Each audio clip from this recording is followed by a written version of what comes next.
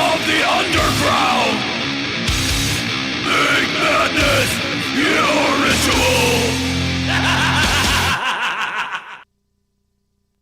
Inside, flames from a gas burner engulf the deceased. The burning body releases fluids and gases, which flow to a secondary chamber in the back, where another burner incinerates them.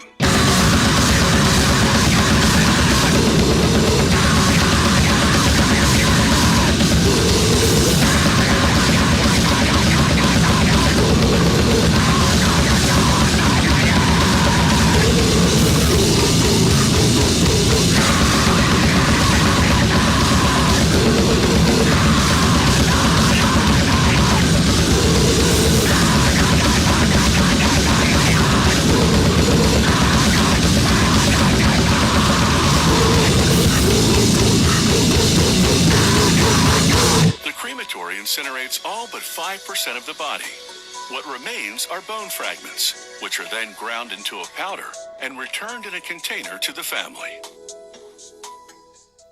What's happening, folks? How you doing? Welcome to Ritual Madness Podcast. I hope you're doing well.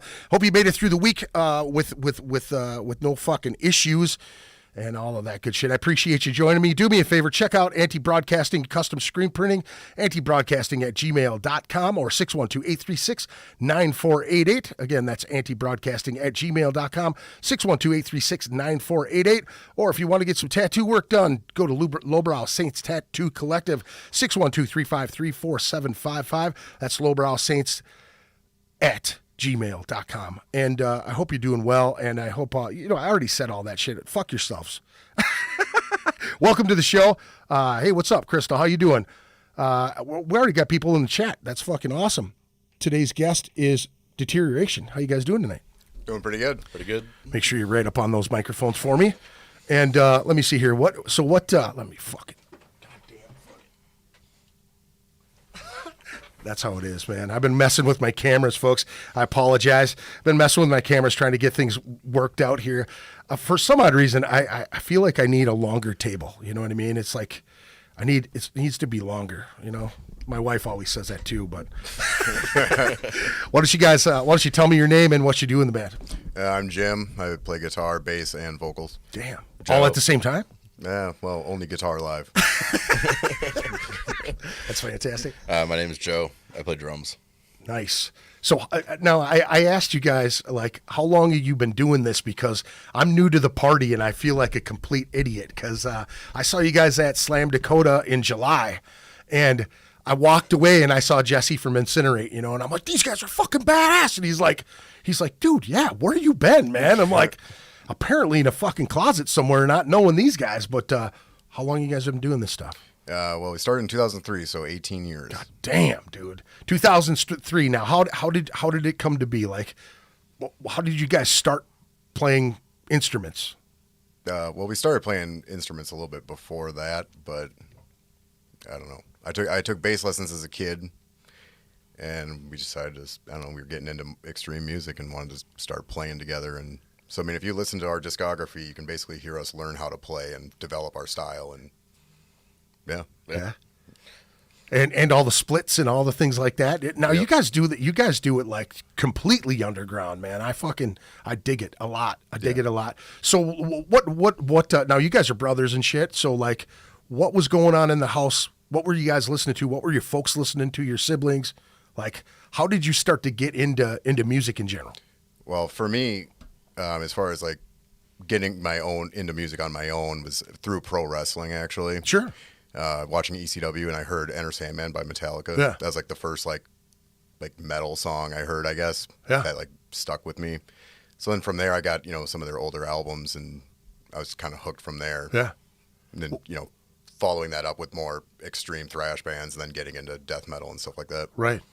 Now, would you just pick it up from him, or which one of you guys is older? I'm older. Okay. Yeah. Mainly, pretty much. All the extreme stuff I heard from him. That's how I got into that kind of music. Yeah. Well, what were your folks listening to before that? Like, what was in the house when you were kids? Well, I got like their record collection, so there's a lot of Moody Blues, Neil Young, right, Emerson, Lake and Palmer, stuff like that. Just older rock and roll type of shit. Yeah. Yep. Nice. And then you hear Enter Sandman, and then it's fucking off to the races. Yep. Like, what was the band that moved you beyond Metallica after that point? I dig the fact that you went fucking backwards. Did you like tell somebody you were into it and they were like, dude, you got to listen to the older shit? Well, it's like, we went to a Barnes and Noble of all places, and I saw Kill 'Em All. And I was like, well, this is their first album, so I want to hear this first. Yeah. And luckily I heard that first. Oh, there you go. Okay. Yeah. So it was just one song, and then when you went hunting for the material, Yeah, you were once I like, figured out who Sandman's entrance music was done by, right. it was, went from there. Yeah. That's fucking sweet. So you go backwards. Yep, and then from there, Megadeth, Slayer, loved Pantera. And then Iron Maiden. Yep, Iron Maiden, Motorhead.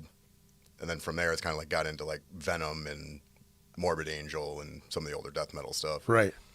And then you just went completely off the fucking rails. Yeah. Well, hearing Napalm Death and Mortician for the first time is what really kind of, and then hearing AC for the first time. Right.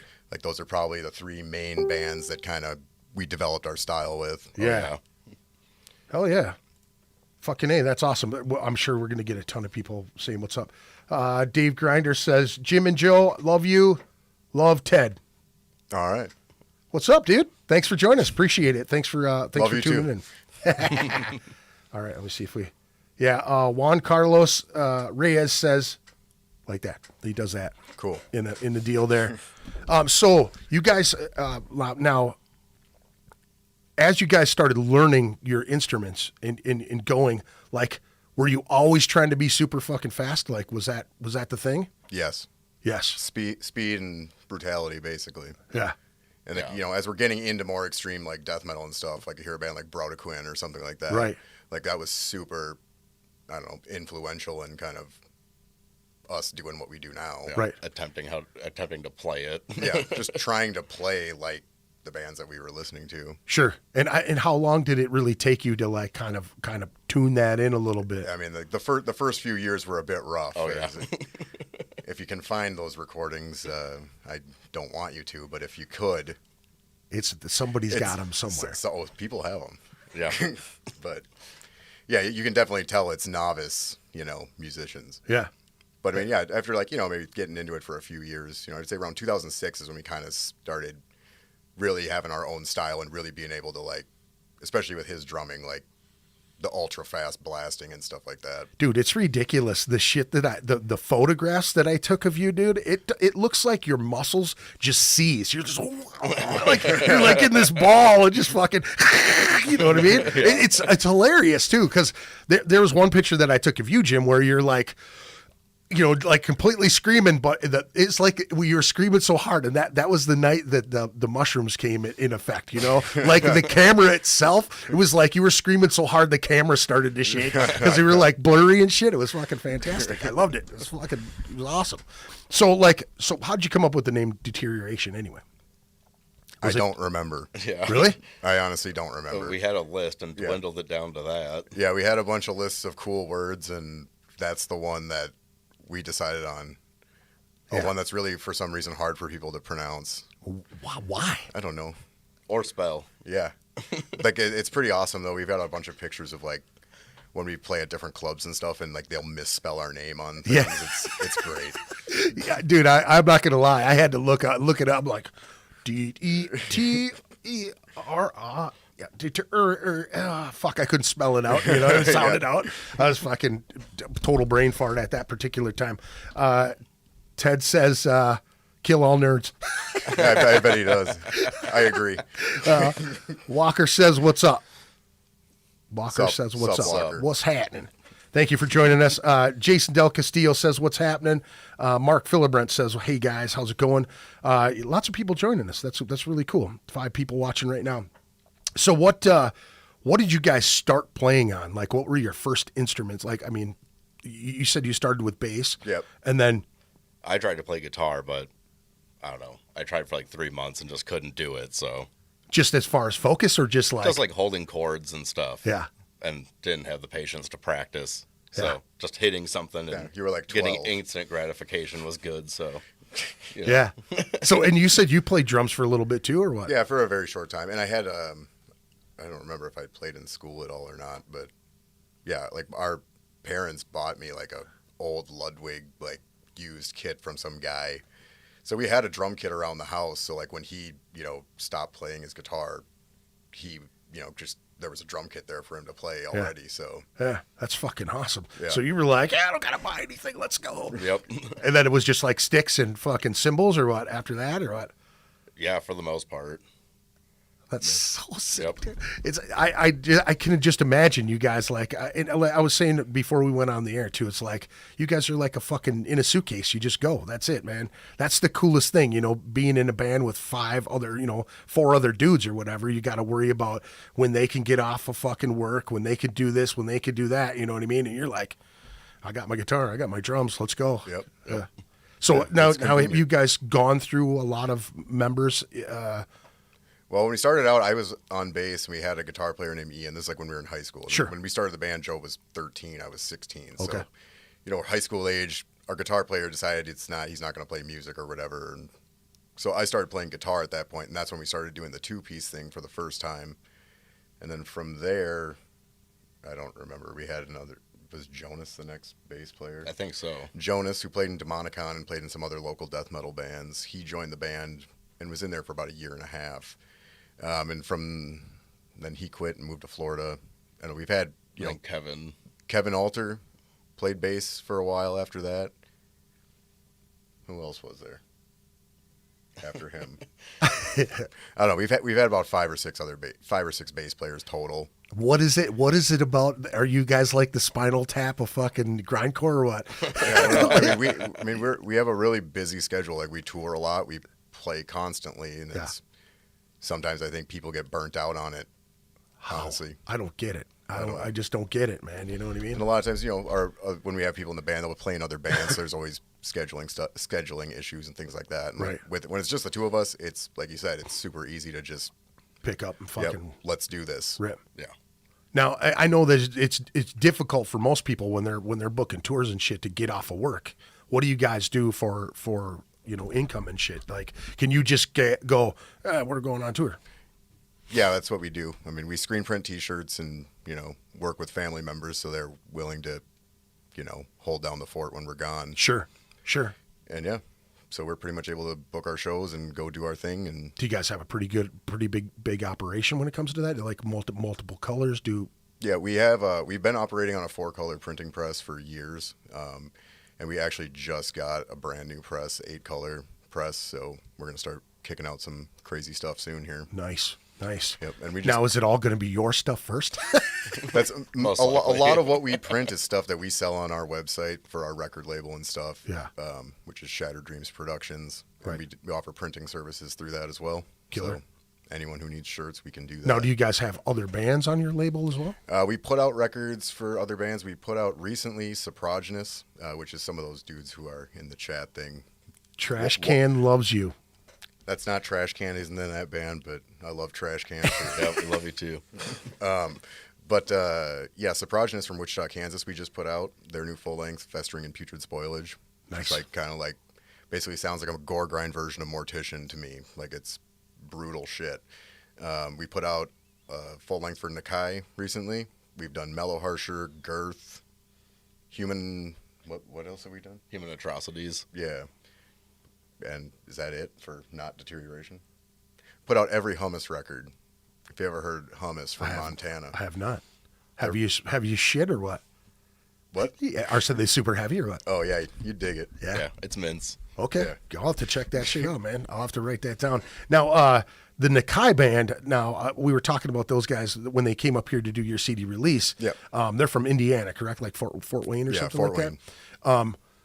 It was amazing to watch those guys, man. I thought that drummer was going to bite his tongue off, man. Yeah. He's just fucking blasting away. They had great groove, man. They were like super fast, super groovy, fucking tearing it up, man. That Rostamos was packed full of people going nuts, absolutely nuts. It was a wild show. Yeah. It was like the first one back after, the lockdown and all that. And, Yeah. people showed up and it just kept getting more and more violent all night. Did you great. guys get nervous at all? I mean, has this shit affected you guys pretty good or what? Not being able to tour has been the biggest thing. Yeah. You know, I mean, but you know, we stay busy. Like, this is what we do. So it's like, you know, during this whole lockdown and everything, we think we did like 5 or 6 different recordings. Right. So we have a few new records out. We've got a couple more on the way. So you just have a ton of material just packed away. Yeah. And you know, if you guys listen to the first song that we played here, which was "The Burning of the Deceased," they're super long. Oh yeah. Yeah. Like epic fucking sagas of tunes, you know? Yep.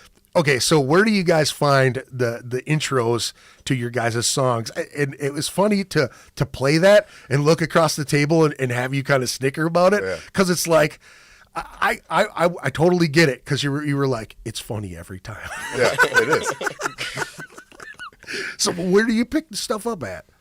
Just from watching different movies and documentaries and stuff, and it's like, we'll hear something that'll catch our ear. And honestly, a lot of our song titles come to us from the samples. Like, we'll have a list in our phone of like, okay, at this time in this documentary or this episode of some obscure show we were watching, we want to use this as a sample. So you're always taking notes. Constantly. Oh, yeah. Like, well, yeah, we have like a working song title list. It's probably got over 100 song titles. No in shit. it. So yeah, every time we do a record, you know, it's kind of like, well, what song titles kind of go together the best? And and then that's how we kind of do it. And So when you deplete like 4 of them, do you go, okay, we owe 4 more to the kitty here, man. We got to come up with 4 more. we come up with way more than we're ever going to use. Yeah, they're always coming. It's constantly like, you know, we spend all day together every day. So it's like a lot of the song titles are just kind of like some stupid inside joke too. Like, you know, some people like will see some of the stuff and think it's like, you know, Well, has some meaning or something. And it's like, hey, we're just having fun. Like,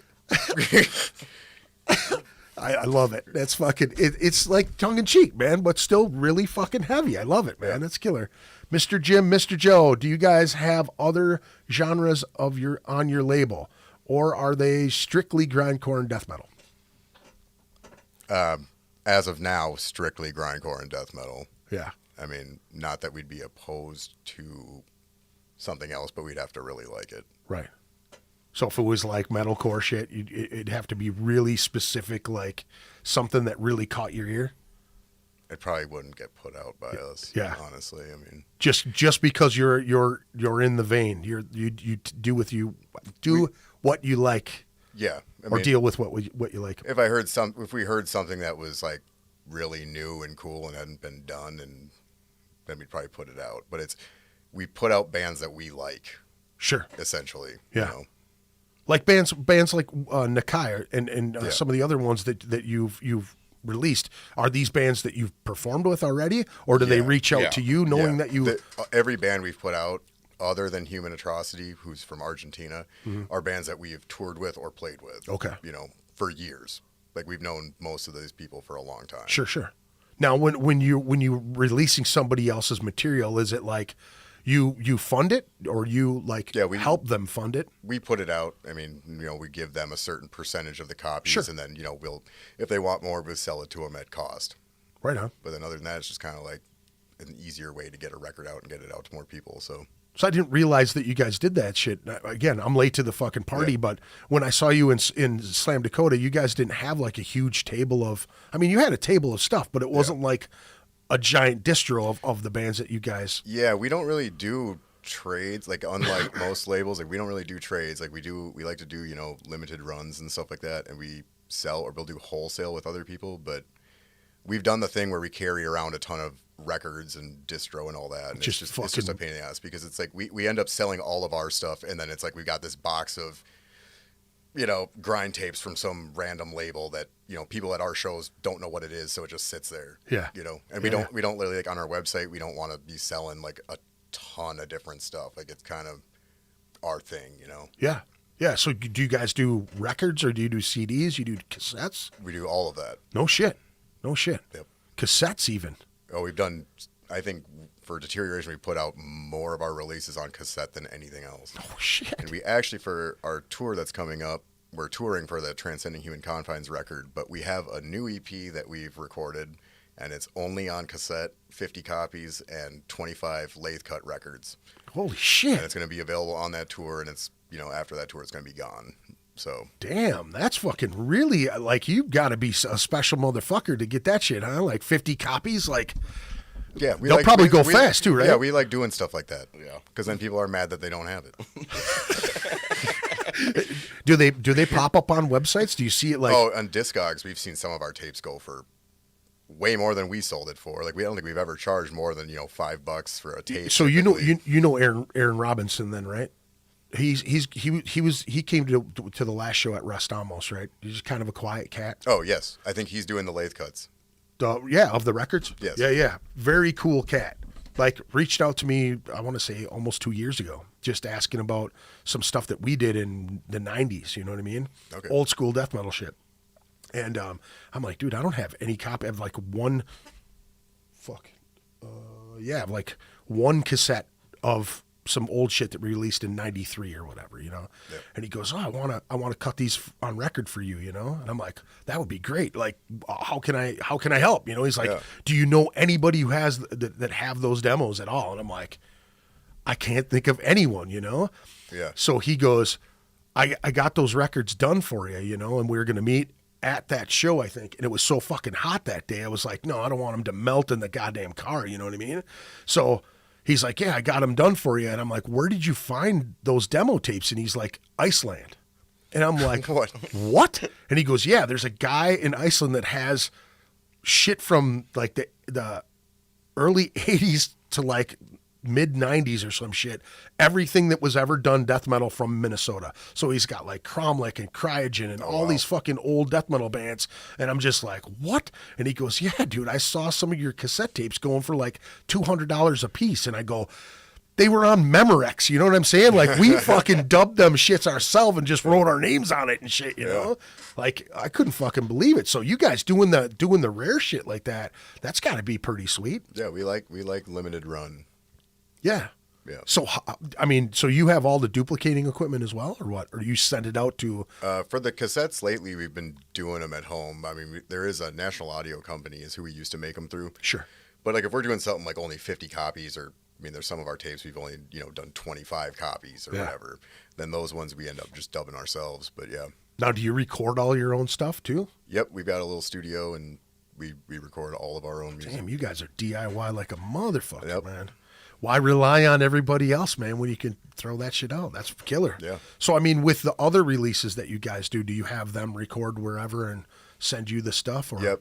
I mixed and mastered the Soprogenous record, but they recorded that themselves. And yeah, the other bands that we put out just recorded and sent it over, and then we put it out. That's fucking rad, dude. Really, really cool. I dig that, man. That's really badass. So what do you guys play now? What type of guitars? What type of amps? What is the sound that you guys like to get? Right now I'm using an Ibanez 7-string. I've had it for probably 5 years now. I've got a Jackson too, but I just like the neck on the Ibanez better. As for amps, I used to always play the Ampeg VH140C, but I mean it's it's pretty old and it's not in as good of condition as it used to be. And Solid state or tube? Solid state. Okay. I've always played solid state amps for the most part. But now I've got 2 crate Shockwaves, which are, it basically sounds the same as that Ampeg, except it's way louder. Wow. Yep. Damn, louder than the Ampeg even, huh? Yep. I mean, does it have the same full sound? Ampegs are usually real full. Yeah, it's sound. I think the preamp is built the exact same as the Ampeg. No shit. Like it was modeled after it. But yeah, it just That's that it fucking cranks. super fucking tech shit. You know what I mean? Like guitar players, they get into that shit, man. Rob Carlson's like that dude. I was at his place. I don't know. You know Rob Carlson? I've met him. Yeah. Dude, Rob has this fucking. He's got amps for each band he plays in. They're all different. You know what I mean? Yeah, I have a very specific thing I go for, and it's that old solid state. Right. Just dirty sound. Yeah, and I don't know a lot about amps. Like I just know that's the amp. That I sounds, wanna use. yeah. Well, when you hear it though, you know what I mean. I like Yeah. your ears get tuned to that shit Yeah. if you've been doing it for so long. You know what I Yeah, mean? absolutely. Like you like that sound. Now, how about you as far as like drums and things that you're doing now? The past 2 years, I've had this Pearl kit that I've been playing on. Before that, I had like a Ludwig. Usually get something with like a bigger bass drum. Sure. That Ludwig had like a 28-inch kick. Yeah, it was which huge. ridiculous. Deeper And, or like, round? yeah. Okay, Oh okay. yeah, people complain now when we show up to a show and he doesn't have it. Really? Yeah, they love seeing that. Yeah, but the one I use right now is a 24. Then I use these Sabian Freak crashes that I've really liked. Been using those for like 3 or 4 years now. Right. Yep. What type of pedal you use? Pedals? It's a Ludwig pedal. Okay. Yeah. So you don't go crazy with no like fucking Cobras or any weird shit? I had Cobras that I used for like a year and a half, but I just didn't. Didn't care for them? No. Now they just like sit. Like most They're like of our all gear, they're like it all sits. rusted. Yeah, there's the old drummer back in the day, Nick Miller, that used to fucking play just random old school pedals, chain driven pedals, and his feet would just fucking flutter back and forth. And then you see cats that are super Cobra with the fucking, you know what I mean? They just go for the fucking rollers on them and shit. You know what I'm saying? And I could totally see that, man. Once you're comfortable doing, you started playing on like an older kit, right? Yeah, and always like chain driven pedals still with today. Right. It's like I don't know what it is. The other ones just feel like have no resistance to them, so they feel super light, and then I can't even play slow with them. Right. Well, you're fucking blasting most of the time though, yeah. right? Yeah. I mean, how is what is your average time signature? What do you flutter around? I don't know. Like as far as the speed, Yeah. I have no idea. I mean, it kind of depends on. We've never really figured it out. Yeah. We just go fast. Go for Yeah. it. Yeah. You're not like the fucking metronome guy. Don't have a fucking. No, we never. I don't record to a click track or doesn't anything. record to a click. He doesn't even have me play guitar when he records his drum tracks. No shit? Yeah, he just records. I mean, you got to know the songs. Yeah. So. Yeah, play 'em. that's the thing, right? He's the drummer, so he should be able to play. So Right. then I just record on top of whatever he does. So you just feel on what he does. Well, I mean, we write the songs obviously first, but like when he tracks the song, and then Wow. I track my guitar over it. Wow. So you start the shit like you guys build the song together, play the song, till you know it, Yep. and then when you go to record, you just play your drums and he plays guitar over your drums. Yeah, I do. Yep. I do all my stuff later. Like he'll sit in the So room. you don't do any scratch tracks at all for him to listen to. Nope. He just fucking He plays the song. We set up the mics. That's I sit outside ridiculous, the dude. room. I tell him I'm recording, and he goes for it. Like that's Wow. Dude, that is the first time I think I've ever heard that, man. most people don't do it that way. Right. That's sick though, but it allows you to feel what he's doing though. And I suppose, you guys being brothers and doing it for so long together, you're fucking locked in like nothing. Yeah. Yeah, I suppose you probably know, even when you're playing, what he's capable of keeping up with you, or if you feel a certain thing, right? For the most part, Well, there's certain parts where he's just like, we there's- cannot play it that fast again. Well, no, and there's times like when we're recording where it'll be like, we'll get a good take, a perfect take of every song, and then I'm going to track, and I'm like, oh man, we should have realized how fast he played this because I cannot play this that fast. Are you fucking? Well, then it's like, but also it's a good thing because it makes me work harder to have to, Yeah. Because it's like I can do it. It's like if I can't at the time, I got to sit and practice the song more so I can get a good take. Man. Because he sure as hell isn't going to re-record a perfect drum take. No, Right. no, I'm not. He's, Has there ever been any battles when that has come to it? Have you What guys about ever? Suck Brick? Well, that's a different recording thing. When we recorded our Suck Brick album, spent like a day tracking drums. Right? Wait, back up. Okay, well, Back up. Hold on a right. second. You said suck brick? Yeah. But yeah, when we recorded that album, we spent all day in my basement recording his drum tracks, and we're listening back to it because it's it's a kind of an unconventional way of recording where it's like I'm not really paying it like listening, like I'm in the room with him with the drums, and we're listening back to it, and I'm like, man, this is really like a bass heavy drum mix, like what's going on? And then I realized that I had 4 of the tracks assigned to his kick drum. Oh, holy shit. So it's like he's missing like a snare mic and missing like some of the overheads, and I'm like, and I told him that, and he just like walks out. Came back the next morning to retrack the entire album, and he's like, we got it done a lot quicker the second time, Yeah. and it turned out good, but he's just like, I just went home and pretended that yesterday didn't happen. I woke up today and it's Saturday. I was telling myself that all morning when I was on my way over.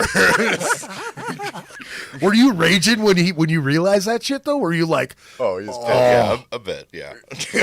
you had to leave, huh? You were like, it was time to go. Yeah. tense as fuck, huh? So how is the relationship with you guys being together all the fucking time? Like, you guys are in a vehicle for long journeys going in between show to show. Like, is it comedy the whole time? Do you guys not talk to each other? Do you like, is it like, yeah, okay, yeah. It's kind of a combination of all of that. Yeah. Yeah. But most of the time it's pretty fun. Yeah. Yeah. You know, I love being on the road, just Yeah. shooting the shit and making fun of stuff. Meeting new fuckers. The Deep Boys.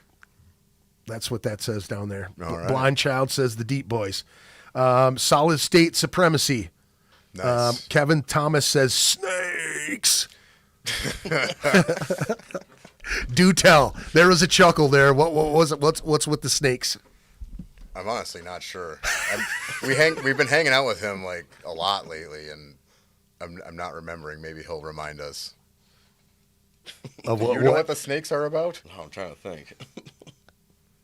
So when it comes to shows on the road, how hard do you guys party, or do you guys keep it at a pretty minimum because you're going from place to place? Nowadays, it's at a minimum. Yeah. In the beginning, how crazy was it in the beginning? In the beginning, it wasn't as bad. Those middle years got pretty wild sometimes, but Do tell. You have any good stories? Anything worth? not really good stories just from partying. I don't know.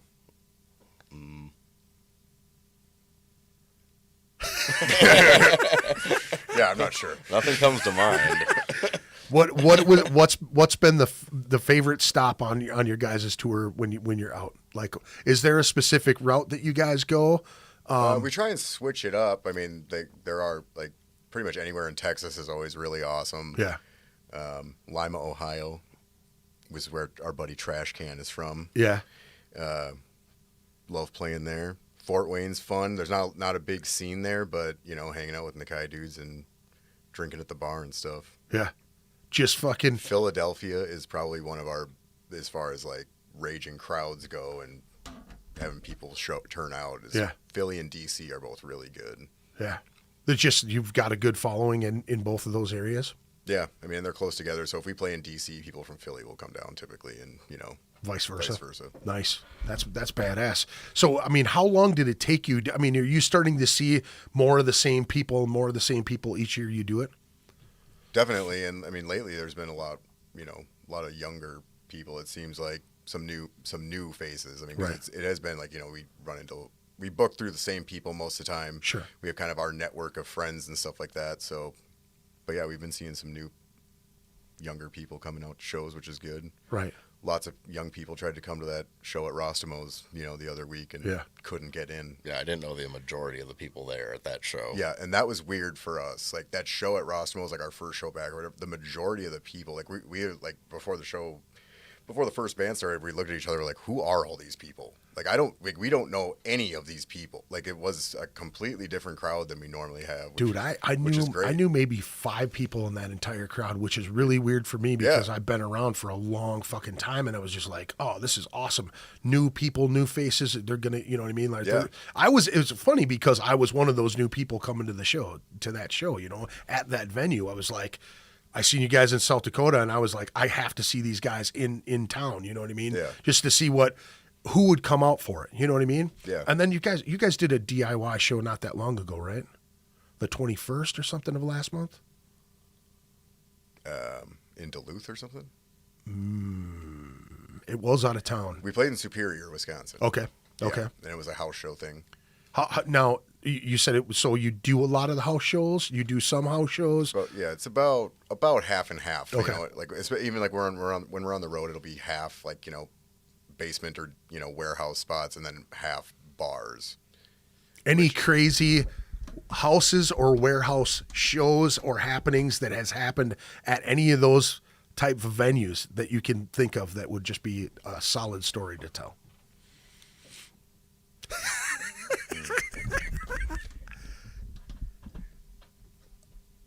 I don't know. off the top of my head. Crazy stuff happens all the time. Yeah. I don't know. I can tell you something crazy that happened in, I believe it was Pittsburgh. Okay. After a show. Okay. Well, it was I had a bit much to drink and was sleeping in a closet, and I didn't know. I don't remember. Like I woke up and I come downstairs and everyone's in a really weird mood. I'm just kind of like. Now this is a house show that you played. This was I don't know what the show was. We're at someone's house. Those and are I come always down and fun, dude. Everyone is really quiet and I'm like, oh, what did I do? And I'm smoking a cigarette outside and talking to someone. He's like, yeah, we should go soon. And I was like, well, what did I do? He's like, you didn't do anything. It's like, oh. Well, apparently what had happened is this dude who we were staying with had his dog there, and he was watching his girlfriend's cat. They're all watching a movie, and they think that the dog is dragging in this, like, pull toy, and someone went to pull on it, and the dog had killed the cat, and there's, like, blood all over it and everything. So, yeah, that was something crazy that happened at a house on tour. Wow, that's fucking nutty. And I thought I did something fucked up, but apparently it was the dog. So everybody was like bummed out because. Well, yeah, the girlfriend was there, like all pissed off, and the guy was like, oh, I don't know what's going on here. Yeah. And you just woke up. I woke up and I had missed all of this stuff that happened, and I thought, like, I woke up like, oh man. Who did I piss off? I don't feel good, and everyone's acting really weird. Yeah. But yeah, it wasn't my fault, luckily. How about you? You got to have one. Yeah, I remembered one. It was when we did that tour with Test and Agitate, your other band. Yes. And we were in Macon, Georgia. And it was after the show. There was like someone who went to the show. Yeah. This girl was like walking around with the drummer Barata, and she's like bringing him up into this attic. And she's like, come on, it's okay. And he just like stood on the ladder and was like, no. And she fell through the ceiling and like fell got to the 12 top of the feet. ladder. Because it was like in a loft, and then like from the loft she went up, so she fell like a good height through the ceiling. Shit! Like did she walk into the attic, or did she just get to the top and fucking? She got to the top and was walking out. Walking out, and the ceiling gave. So she was walking in between the trusses, basically. Bro. Yeah. Right through this sheetrock to the fucking floor. I was just laying down and heard a huge crash. Did you jump up and see her? Just fucking twisted or what? Wow, dude, that would Pretty be. sure I was like, quiet down. Trying to get some sleep. Gotta get on the road. Yeah, that's nuts, man. No, nothing as far as like crazy shit happening with your gear. Crazy shit with other bands, any crazy fights, any crazy, like, shit that just goes completely AWOL? Not really. No? I mean, I'm sure things have happened. I just, off the top of my head, I'm not thinking of anything. That's so bizarre, man. I figured you guys would have all kinds of crazy stories, especially with house parties like that. Usually people get, out of hand or they get super fucking drunk. Iowa show or whatever. What Iowa show? With all your guitar case. Oh, that was in, I think it was Eau Claire, Wisconsin. We played a basement show, and we played with Plagued Insanity. And Plagued Insanity played before us, and Pat, the drummer, is walking around. I think he was barefoot, right? Yeah. And he walks into this back room where we were told to put all our gear. Yeah. He's walking around barefoot, and I hear him yelling and stuff. And apparently he stepped in shit. Yeah. And and I walk back and I was like, where was he? He's like, he's in that back room. And I fucking pick up my guitar case, and it's just completely caked in shit all over the bottom of it where they told us to put our gear, which is like this dark, like, corner of this room. So I had to find the dude, and I'm like, what the hell's going on here? Yeah. There's like shit everywhere in this room. Yeah. It's like, oh, that was my cat. I'm like, this is not cat shit. Right. It wasn't. This has to be like human shit. Like someone who lives here has been coming in here and shitting in the middle of the night or something. Just on the floor? I don't know what was going on, or it was a dog or something, but there was shit everywhere. Yeah. When I was like, I don't care what kind of shit it is. It needs to get like this needs to not be all over my guitar case. And he's like, well, I'll figure it out. And he comes down with all this cleaning stuff, and he's like, here you go. I was like, no. You're doing it. Yeah. Yeah. So there was that. So and that wasn't even that long ago. That was. Now, was this the guy putting the show on, or was it this was just his place, or what? Someone that lived at the house. Man, now how crazy is it that cats will throw shows on, and obviously Well, see, and that's the thing. I don't think he knew it was there. Oh, like I okay. think maybe like he had like someone like squatting in his basement for a while or something like that, or maybe they kept a dog down in the room. But it's either way. That was not my fault. Right. No, you're doing it. You're doing it. Let me see. What up, Trashy? Sean Baja Boys, organ failure. And then what does that say? Unitel? Unite? Exclamation point, maybe? Yep, you're right. Yep, you're right. I'm fucking blind. I'm too far away from the fucking thing.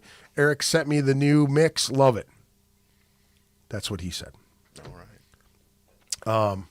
Now you guys just released this EP or this demo, right, or whatever this album, and then you have another EP coming out that's minimal copies that are coming out. How many how much more material do you guys have? Well, we just came out with the split 7-inch with Mongolico. That Okay. came out the same day as the vinyl version of Transcending.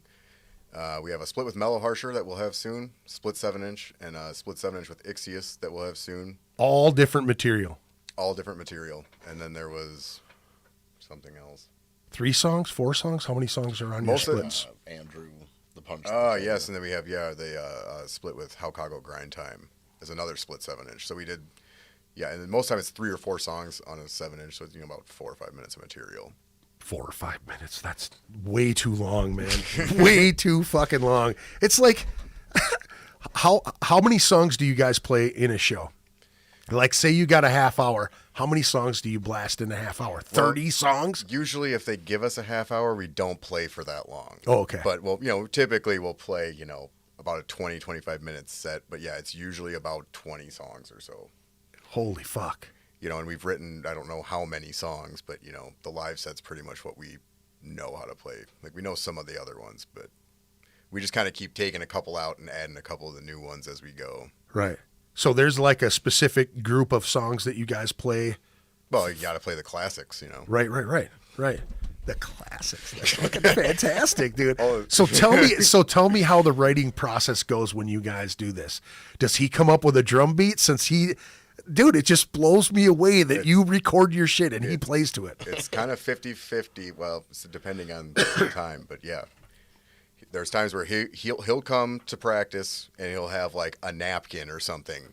And he's like, I was laying in bed and thought of this drum part, and he writes the drum parts out on bits and pieces of paper. Oh, how does he draw? How do you write them out? Is it like drum tablature? Okay. Yep. So he'll show up with all of his parts, and it's like, this goes here, and this, he might have a whole song sometimes, and then, all the same thing where I'll have all my scratch papers of different riffs or whole songs I've written, and then we just write to each other's stuff. Nice. Now, have you come up with guitar riffs in your head? Like, No, not really. No. Not unless it's like a break thing, then I might have like a pattern for it to go. Sure. But not really. And I don't know how to write any of that. And then he tells me how it's supposed to sound. well, that's what I meant. Like, It's like, and then the drums stop and do something like. there you go. Yeah. Totally, man. Pantera recording style. Oh, that's sorry, Craig Rosen's beard checking in. Craig always checks in. Adam is also another person that shows up all the time. And What about Dung Lord there? What's he saying? Dung Lord, where are we at here? My asshole is huge. We know. What did he say before? Is it red? My asshole is red. Yes, it is. Is he a baboon? How do you know the Dung Lord? Tell me what the Dung Lord knows. He sings for the Trots, our other band. He also sang for Plague Insanity. Oh, really? Yep. The Trots. Okay, so how many other side projects do you have? We've got the Trots, which we did four EPs for during quarantine. And what's your other? Oh, yeah. Me and the drummer of Hummus have a side project. Me and Salisbury. That's the drummer. It's called Aggressive Piss. But we're just still making it right now, so that's not going to be out for another couple weeks.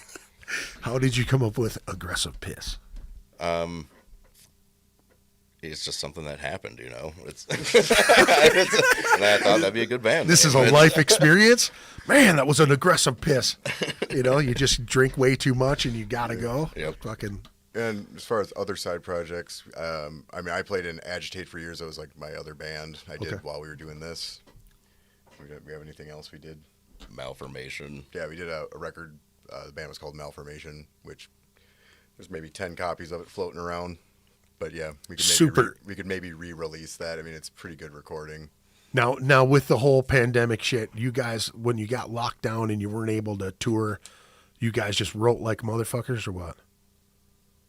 Towards the end of it, yeah. But I mean, there was a lot of us sitting around doing nothing. But you know, we also like, you know, kind of use that as an opportunity to get our website for our record label up because we never had a website or anything like that. So just too busy traveling, doing things. Yeah, and our sister actually set up the website for us and, you know, kind of showed us how to, you know, do inventory on it and all that. So add to it and shit. Yeah, so now we can, you know, post up all our merch and dude, that's crazy that you guys as a family you work together like that. That's really cool, man. Yeah, and awesome. I mean, you were talking about Rostamos too, and kind of how you got in there, and then we were like, yeah, my sister does all the stuff there or does stuff there as well. Yep.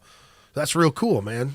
So you guys all pretty tight knit. How many siblings in your family? We have 2 older sisters. Oh, okay. Yeah, we're all 2 years apart. Yep. Damn. Mom and Dad were working it. Apparently. keeping you guys close. That's cool though. Yep. You know what I mean? Not too far apart. Everybody's fucking. You guys all get along. Is everybody cool with each other? Yeah. Yep.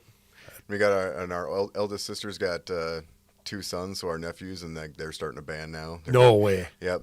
Jack is 12. He's playing drums, and I'm teaching Mason, who's just turned 16, guitar. They have a band called Stern Look. They've already got recordings up on YouTube. No shit.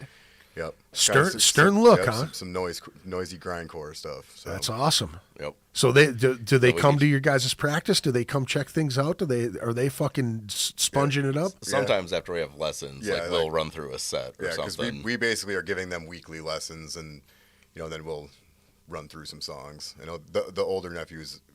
He was pretty upset he couldn't come to that Rostamos show. He's getting to be that age, but yeah, but why couldn't he though? He's family. 21. I know, it's just a whole thing. I would have said, "Fuck you, man. He's got an X on his hand. He's with me, man. Fuck that shit." You know what I mean? Like we used to pull that shit all the time. You know, when we were booking shows in Minneapolis, like, hey, he's with me, man. Don't worry about him. You know what I mean? Your band's riding on the line anyway. You know what I mean? Like if he stumbles off and gets wasted, then you're in trouble. But at the same time, if he wants to see it, I'd have been like, come on, man, let's do this shit. Because once you allow them to see what you guys do, I mean, has he seen you guys live before? As far as like not performing in a live setting, he's seen us play, but dude, that's what I'm saying, man. I mean, it is so cool that you guys are passing it on to another generation too. Because the funny thing is like, you know, you hear this on a wrestling thing, you know what I mean, like this heavy shit, right? Yeah. And I mean. Were there people that were trying to guiding you in different directions when it came to the music? I mean, I guess after like getting into extreme music, I kind of started making friends that were also into that. Sure. You haven't heard this yet, have you, dude? You haven't that heard kind this of thing. yet. Yeah. For years. You know. Now, just imagine that point right there that your nephews are doing, right? You skip that entire, here, have this. And they're like, you know what I mean? Like, holy fuck, that's balls deep, dude. And you got to think, man, kids like that take in that type of shit, that's going to be otherworldly when they hit stride. It's going to be evil, dude. I couldn't even imagine, like, you guys could probably do a split with each other. Yeah. It's a full family split. I'm sure it'll happen eventually. Yeah.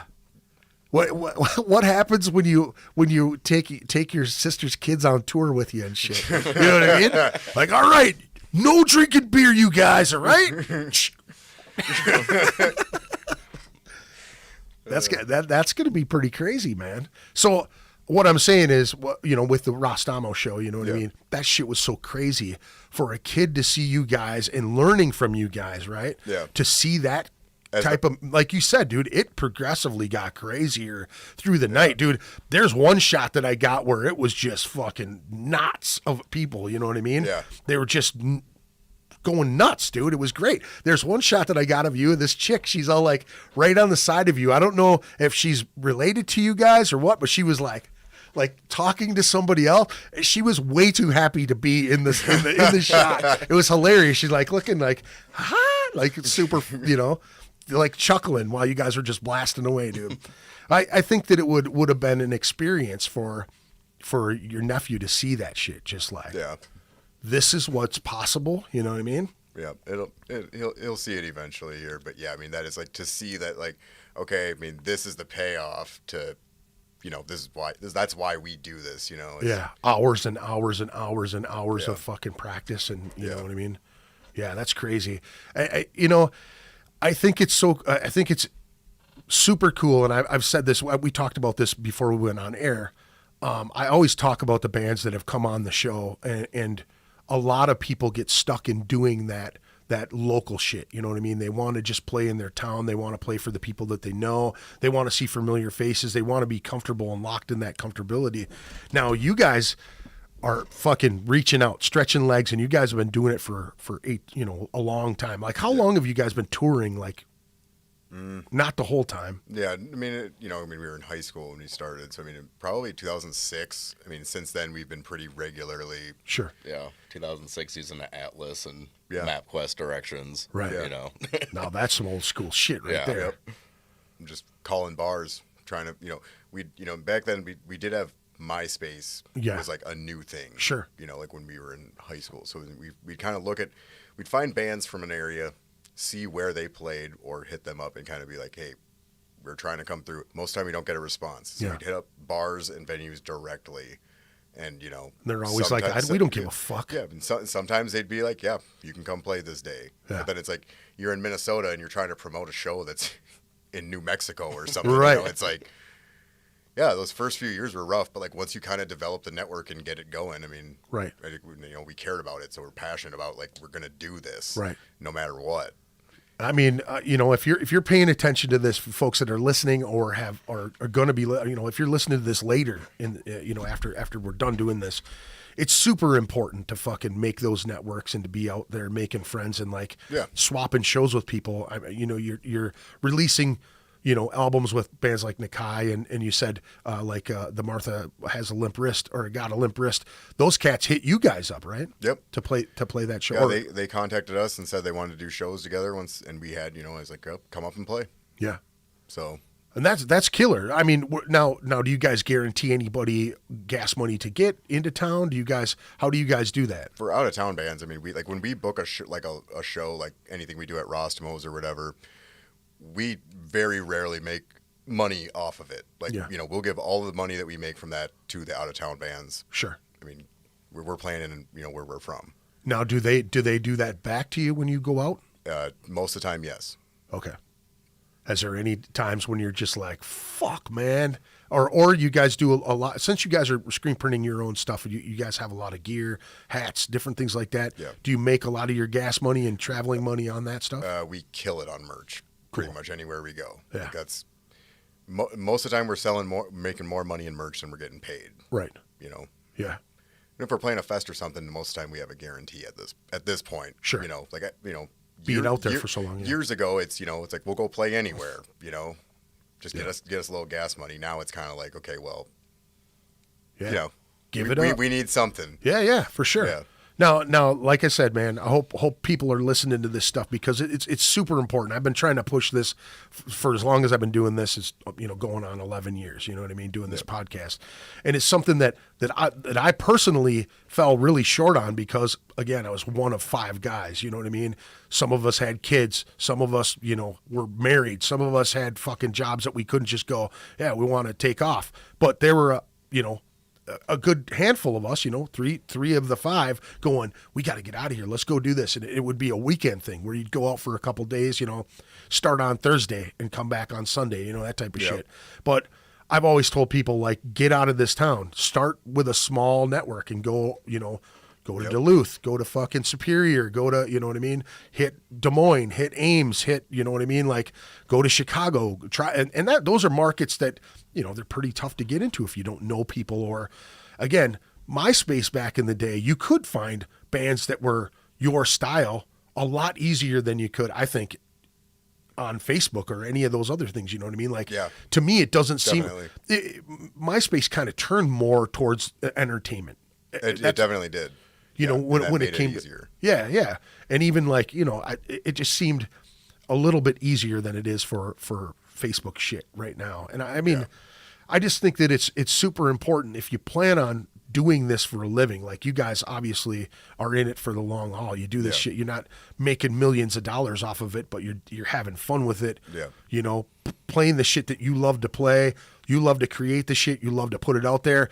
And I love the fact that you're not only doing that, but you're like, you're doing limited runs of things like that. You're starving people for that shit, and releasing a bunch of shit with, doing those splits, man. Yeah. There's a lot of bands that don't take advantage of that, man. You know what I mean? There's a lot of great bands in this town that I think should team up and do those type of splits, man. That shit works, because you're not selling just one band. You're selling two bands. You know what I mean? Yeah. You're getting a bonus. Side B could suck shit, but side A could be fucking amazing. You know what I mean? Yeah. Or vice versa. You know what I'm saying? Happens all the time. Yeah, right. but I think that it's super important that people know what they're getting into when they're doing this type of shit. You know what I mean? Like, if you want to be successful with it, you can't stay in one area. Like, the people that, the bands that made it big, they fucking worked their asses off, man. They lost out on a lot of shit, but they learned a lot of road experience too. You know what I'm saying? A lot of road experience. Yeah. And I mean, I just say from experience that for me, like, with you guys saying with merch, that's another thing that I try to reinforce for people. Like, one shirt with a logo on it, it ain't going to work. This is, a perfect example. I love this band. They're a great young thrash kind of heavy band. You know what I'm saying? Yeah. But doing this type of shit all the time is not going to sell when you're out on the road all the time. You know what I'm saying? Yeah. Like, if you've got some sort of cool design, multiple cool designs, multiple colors. You know what I mean? I saw you guys did a bunch of trucker hats and things like that. Yep. And all that stuff that you saw at the last show, we will not have. Like, our tour that's coming up, we're currently printing an entire new table of merch, all new designs, all new stuff. Yeah. So that way, when someone who's seen us already, there's something new for them if they want it. Yeah. Do me a favor, man. Make fat guy shit. Anything that you get 4X, I'm dead serious, dude. Anything you get 4X, call me. I'll take one. All right. Honestly, sounds dude, I'm down. I love this fucking band. You guys are fucking killer. And I sat and listened to your guys' new release like multiple times just the other day, just editing shit, and I'm just like, I'm giggling. You know what I mean? Yeah. Where the fuck are they finding this shit? You know what I mean? But it makes sense, dude. If you hear something cool, there's been so many times in just weird movies that I'm like, yep, I'd take that shit. I'd use that. Yeah. And then, 6 months later, you hear it on somebody else's shit. You know what I mean? It's like that synergy of everybody in that, the lower end of the music scene. Yeah. You know what I mean? Yeah. I think it's fucking killer. But, like I said, reinforcing the fact that you have to have, stuff that people want to buy. You know what I mean? Like, you have to interchange your merch. You can't do the same shit. You can't do this design multiple times over and over. I mean, it might pop up, a couple years down the road, say, hey, we're doing these ones. Like Gorgatron is a perfect example too. They switch it up all the time. I think one year they had, like a comic book cover of their stuff, and then it was like a green logo with, like a green skeleton on the back that said No Dak Death Metal on the back of it. And then they had a yellow design, and then, fucking hats, and I mean, mixing it up. What are some of the things that you guys like to do as far as hats, long sleeves, short sleeves? I like to do a combination of all that. I mean, lately we've been doing, we've done a couple jerseys. People seem to really like that. We did a hockey jersey and a basketball jersey, and I guess just having different stuff. I mean, I love the long sleeve thing, hoodies, whatever. Well, and you guys do the work too, so that's gotta fucking. Yeah, it makes it a lot, and that's another thing with us is like where it's like, we're kind of a fully functional DIY unit. So It's like, we're a lot of bands that would be at our level, like maybe aren't able to tour as much or find it to be not as worth it. It's like we're printing all the merch and stuff like that. So like when we sell a shirt, we're making more money than most people who are having way a shirt print, more. Yeah. So it's like it works. Yeah. Well, I mean, you guys aren't, paying for setup costs and fucking multiple screens and multiple things. I mean, that fucking Slipknot shirt had to have multiple colors on it. It was what? It was a 2-color print. Was it only 2? Yeah. I thought it was more than that. Yeah, it was black and white on red. Oh, okay. Well, that's where you get the negative space on it that adds a little bit more to it. And that was awesome. I don't know. So how many did you make of those? What did we end up 25. making? 25 or 30 of them or something like that. Now this was right after Joey Jordison passed away too. It was real sensitive of us. Yeah. Now, did you get any shit for that? I mean, was there anybody that came to any of those shows that you had those shirts at that were like, dude, really? I mean, we get the dude really, but I mean that's where it ends. But it's not. It's saying anyone's we want to fight over a joke. Who cares? Right. Now, Like, are you really that up? You know what I mean? Like, it's like we were saying. It's like when you asked me, what was the deal behind that anyway? It's like, okay, well, I'm just, everyone got online and cried about how much they loved Slipknot just because the dude died. Yeah. When before that, they would never have said anything about that band. Yeah. Well, even the heavy people, the guys who like heavy shit, right? Yeah. They secretly have liked Slipknot at one point. You know what I'm Yes. saying? But they're not going to tell you that because they're not as heavy as the shit they're into right now. Yeah, And then the other people are kind of like, yeah, I listened to those guys when they were cool. You know what I mean? And then they just kind of throw it to the side. Yeah. Now one of the dudes dies, and then they're like, oh, just fucking greatest band ever. Yeah, it's not as much a dig on Slipknot. It's more of a dig on, People being stupid. people's falsehoods.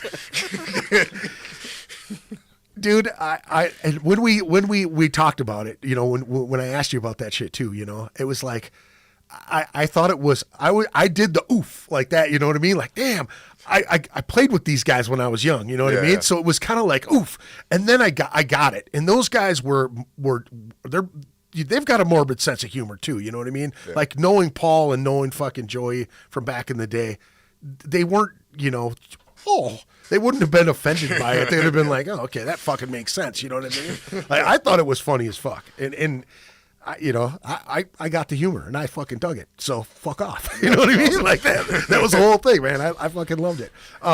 Now, has there been any other things like that you guys have done as far as merch wise? As far as, like just calling out falsehoods and calling out shit like that you just grinding on people? We like to poke people a little bit here and there. I'm pretty sure.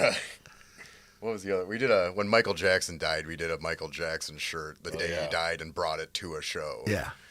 I don't remember what it said, but People were more upset about that one than they were about the Slipknot one. Yeah, people were more upset that we made fun of Michael Jackson than they were about us making fun of Slipknot. No shit. Yeah. Man, how could you, man? Yeah.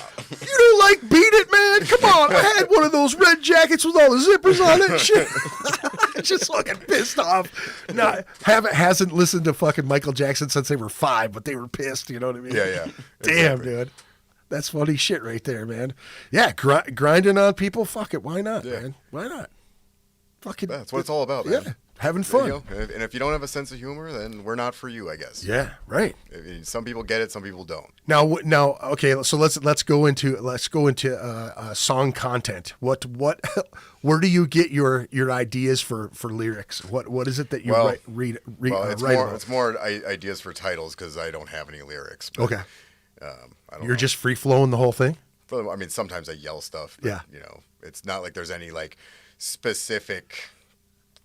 This is what I say every time I do this song. Sure.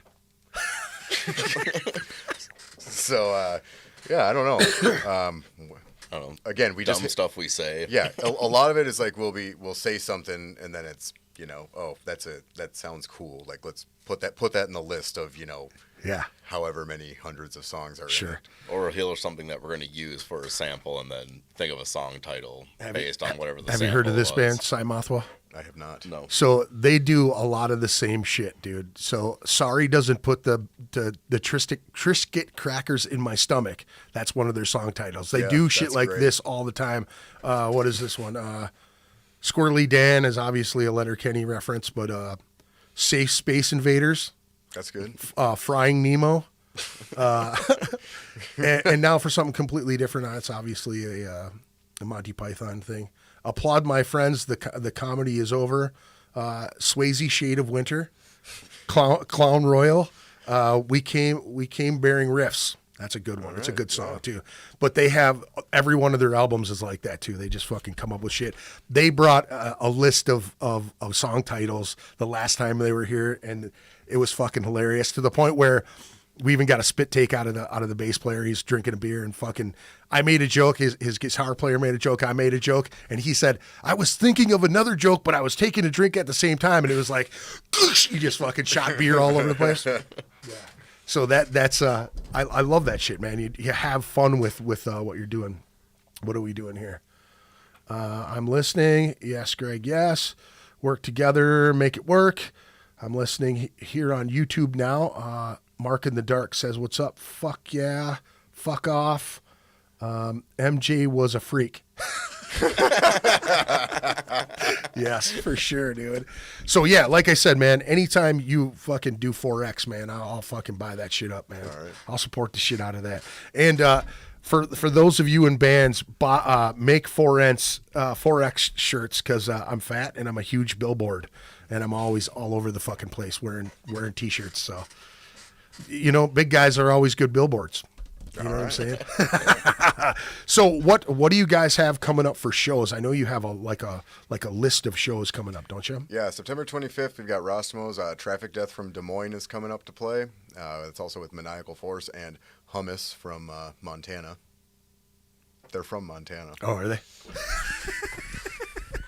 And then after that, we're flying to Vegas. We're playing the day after Sin City Slaughterfest with PLF. And then we fly home and we leave for tour. Our tour dates are up online somewhere, but yeah. I've got them in front of me right now. It says October 14th you're going to be playing Rostomos as well, right? Yep, that's tour kickoff, and that's also with it's a dual tour kickoff. Our buddies in a band called Rawtopsy from Oakland are flying here. And they also play in a band called Bob Plant. So both of those bands are going to be playing, and then we play with them again in Milwaukee, and then we kind of separate. They go on their tour and we go on our tour. Nice. And then you said Milwaukee as well, quarters. Are you guys are you guys doing that together and then splitting? Yep, we're playing Milwaukee with those bands as well. Okay. And then Cleveland after that on the 16th, Cleveland, Ohio. And then going to Rochester, New York. Now that's a fucking drive right there, right? That's got to be. I don't know how long it is, but yeah. It's one of the longer ones on the Yeah, it's like 20 hours or some shit, ain't it? No. Not from Cleveland to there. No, Cleveland, it's got to be, 15 maybe? No. It's less than that. Less than that. I don't know. I'd have to look it up. Yeah. Got to be close to 10 maybe, though, depending on which direction you're going, I guess. We'll figure it out. Yeah, okay. Rochester, New York, October 17th, Rochester, New York, and then going to D.C. on the 18th. Yep. And then going to North Carolina. What does that say? Wake Forest, North Carolina? Yeah. At Sleepy Hollow? Yep, that's a barn. Is it? Yeah. It's just like we were gonna play in Greensboro, but they couldn't. The guys we were booking through couldn't find a venue that was willing to do the show. Yeah. And someone actually hit us up on Instagram saying, "Hey, if you wanted to play and I live in this town, I have a barn that I do shows in, so we're gonna play. Fucking badass, do a dude. DIY show in a dirty barn." So. Fuck yeah, that's badass. That'll be cool. Did they send pictures? Did you ask for any kind of what's this fucking place look like? Yeah, just in case it's not actually a barn. Yeah. And we're getting figured in. No, it looks pretty cool. It looks legit. So. You're Jim and you're Joe, right? Remember that Michael Jackson shirt you made? I'm fucking really mad about that shit. I'm gonna cut your fucking legs off. October 20th, you're gonna be in Atlanta. How's the scene in Atlanta? This is going to be our first time actually playing in Atlanta. No shit. Every other time we've tried to play there, we've ended up playing in Macon, Georgia, which is, we had some buddies down there at a band called Grinch Finger. So we played in Macon a few times. This is going to be the first time in Atlanta. Nice. Yep. Fuck yeah. And then at the Earl, huh? Yep, we're playing with Mortiscald. We're opening their show. Oh, nice. They're on tour at the same time we are. Yeah, Mortiscald's awesome. Yep. Those dudes they're fucking awesome. I just did a show with fucking goddamn, I can't think of his name right. The vocalist. I don't know. We listened to it on our way home from Chicago. What, Mortiscald? Oh, did you? Yeah. Oh, yeah. We wanted to see what we were getting ourselves into. David Greger. Oh, yeah, David Greger. Yeah. What'd you think? Was it okay? That's why we're here right now. Oh, cool, man. I'm glad. I'm glad you guys enjoyed it enough to want to come. That's cool. Yeah. I'm glad. Yeah, David's really cool. I met him. Dude, I seen him when I was a kid. That was funny because we talked about that as well. Like seeing these guys open up for all the death metal bands that I fucking loved in Milwaukee, you know, because we used to go to Milwaukee all the time. Yep. They'd get way more cool shit than we did. I never understood that at all. Like, I always thought Minneapolis was like the hip spot to be, and Milwaukee and Madison always got fucking just the brutal shit, you know. I seen Death in Sheboygan, you know what I mean? Like the Death Human album in That's awesome. Sheboygan. I seen Leprosy and Spiritual Healing in like a fucking gymnasium in Milwaukee. You know what I mean? It was just like, Sick. That's sweet. yeah, sick shows. A Corner, I seen Corner, Forced Entry, and Atrophy all in a fucking gymnasium in Milwaukee. You know what I mean? As a kid. So seeing, you know, Mortiscald and who else was Sinister, Mortiscald. Soylent Green was a band that, not the one from New Orleans, Oh, but, okay. and then, God, there's a bunch of other ones too. Realm, I seen Realm a few times back in the day. Yeah, all that old shit. New Orleans, it says question marks here. What are you guys playing in New Orleans? The guy who booked it just sent me the venue, but I can't remember what it's Okay. called. But yeah, we just got that finally like figured out. Okay.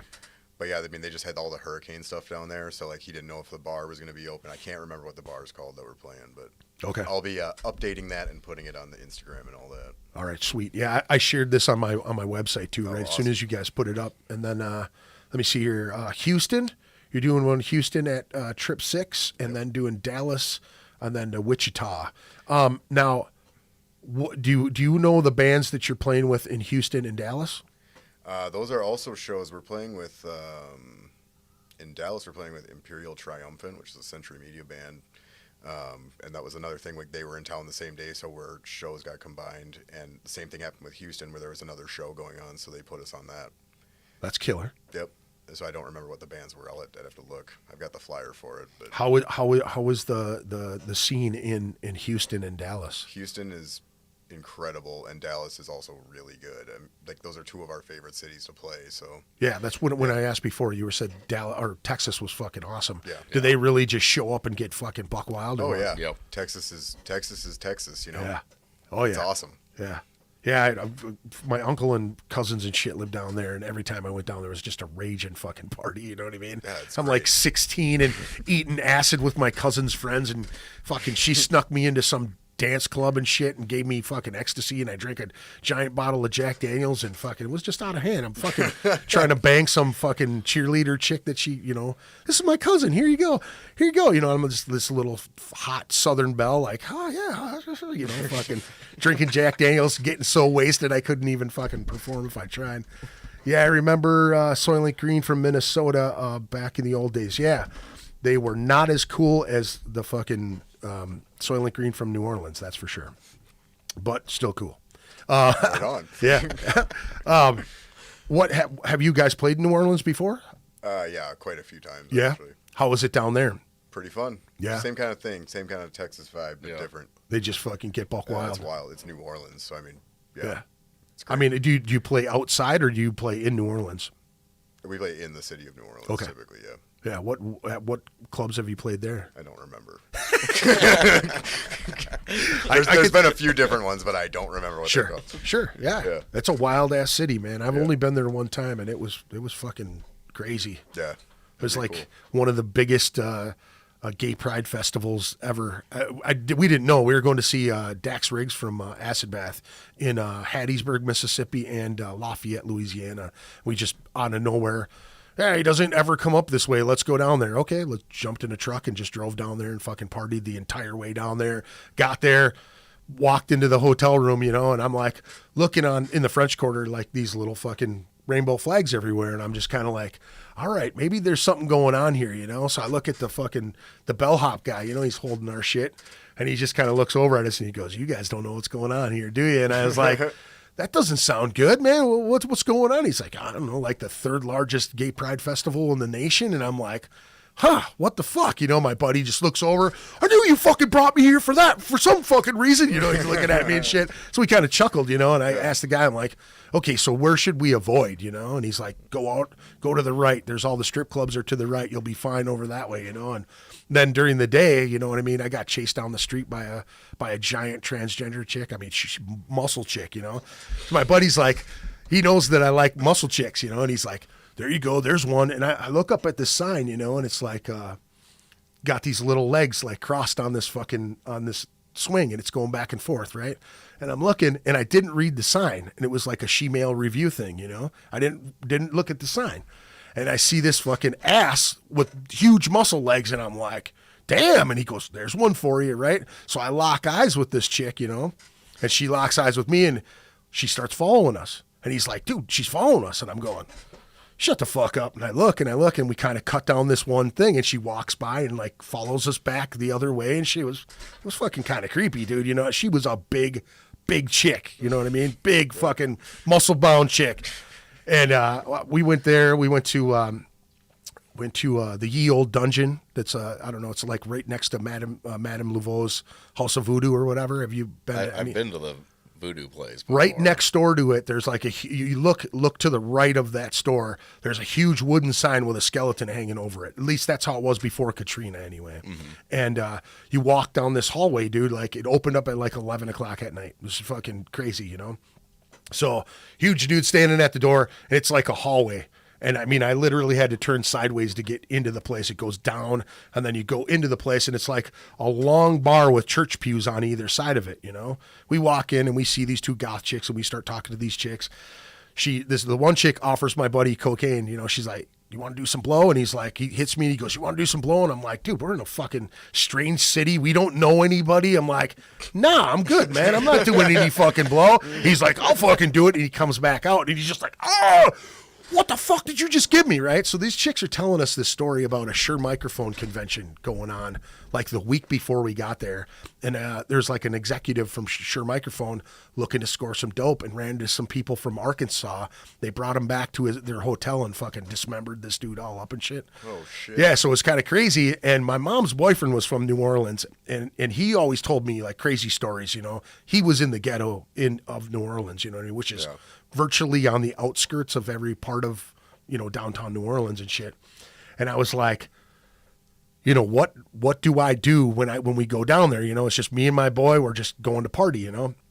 Stay in the lit areas, you know what I mean? Like stay where things are. And I was blown away. I mean, there's art and fucking music and just everything going on everywhere. And I mean, it's a huge gay pride festival. So there's, you know, debauchery everywhere. So I'm like fucking JoJo the Circus fucking boy, you know what I mean? Just looking all over the place. We're whacked out on dope, drinking super hard, you know? Yeah. So we walk out, we go to this fucking Irish pub, and, you know, it's like 3 a.m, you know? They're like, yeah, we're closing.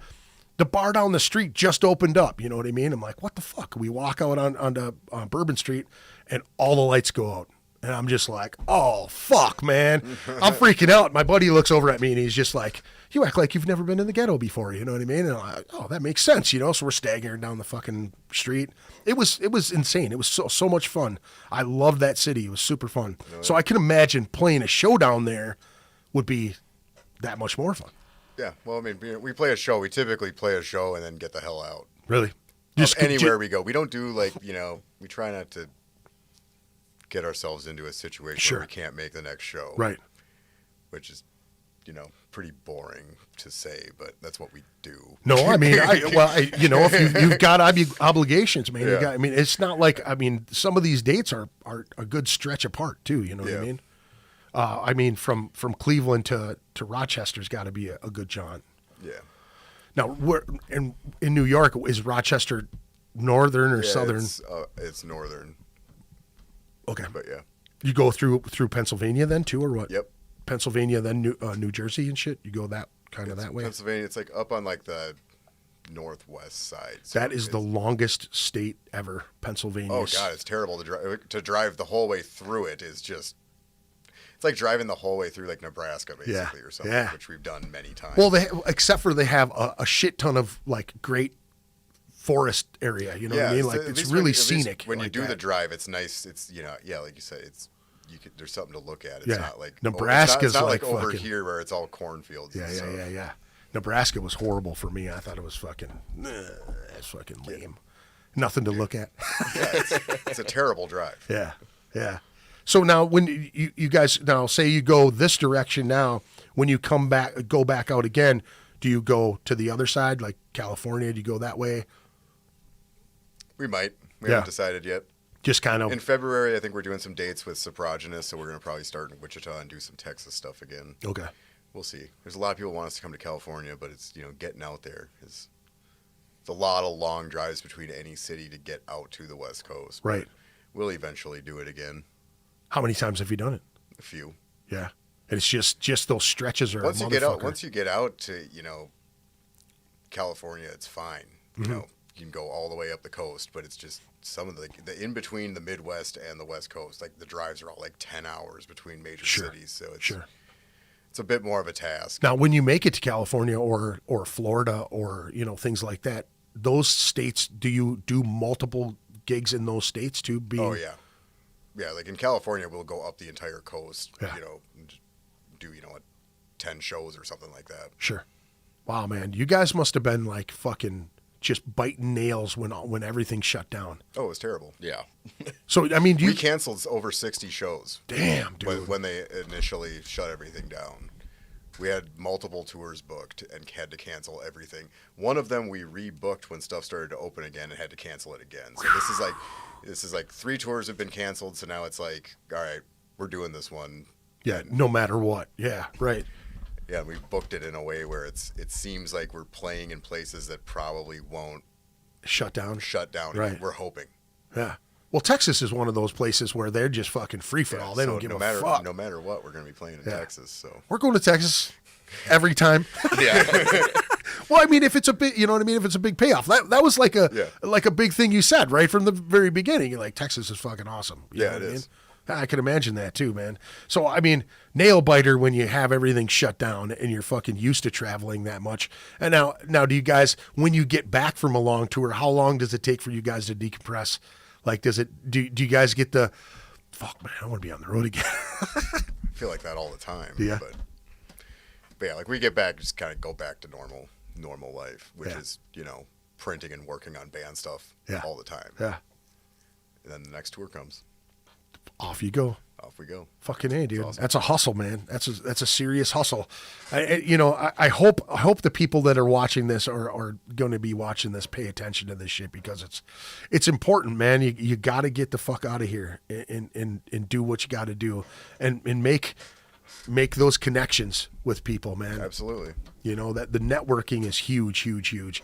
And like when it comes to, like you said, you're connecting with these bands and people who are connected with other venues, right? There's multiple venues. Or like, say if you called somebody in Chicago, are there multiple places that you can play in Chicago, or is there like a specific spot that you guys like to play in Chicago? I mean, it's usually, we just kind of rely on whoever we call, like, a friend or whoever, or some promoter, and just kind of let them go with it wherever they think they want to do the show. Right. Like we just played like 2 weekends ago. We did a Friday and a Saturday in Chicago, 2 completely different shows, completely different turnouts, booked by 2 different people. So, right. Yeah, it's kind of like whoever you go through, it's kind of their thing, and right. we're just going to go and people come watch us play. I'm too much of a fucking control freak. I'd be like, hey, what's going on here? We got to get these people here and those people involved. What is he? What is he saying here? I'm at work and haven't done anything for an hour and a half watching this. Got to get back to work. Love you, boys. Well, thanks for taking the time to slack off at work. Hopefully you're either doing it in the bathroom or right in front of your boss. That's the best thing to do is like, hey, you should come and watch this. These are my friends. They're great.